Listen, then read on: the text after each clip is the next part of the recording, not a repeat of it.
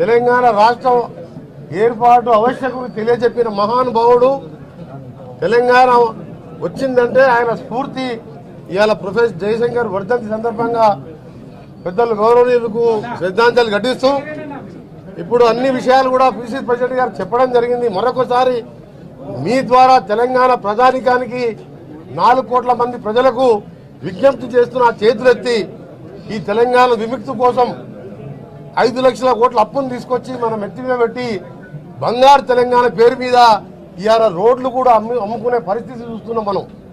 ఈరోజు కేసీఆర్ ఒక కొడుకు ఒక మాట మాట్లాడి నిన్న ఒక మీటింగ్లో సిరిసిల్ల మాట్లాడుతూ మనసున్న మహారాజుని 3వసారి ముఖ్యమంత్రి చేయమంటుండు.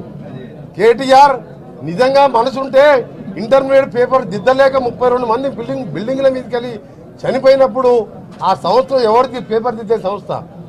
మొన్న టీఎస్పీఎస్సీ ఎగ్జామ్లో 30 లక్షల మంది జీవితాలని నాశనం చేసింది ఎవరు? ఇవాళ ఈరోజు రైతులు ధరణి పేరు మీద ఆఫీసుల చుట్టూ తిరుగుతూ ఇవాళ ఆత్మహత్యలు చేసుకుంటారు రైతులు.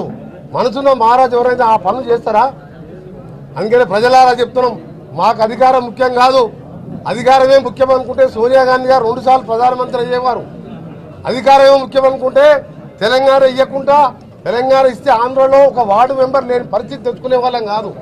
కాంగ్రెస్ పార్టీ ఎప్పుడు కూడా 140 ఏళ్ల చరిత్ర ఉన్న కాంగ్రెస్ పార్టీ ఇవాళ 4 కోట్ల మంది ప్రజల ఆకాంక్షను గుర్తించి పసి పిల్లలు మాంసం ముద్దలుగా అయిపోతున్నారు.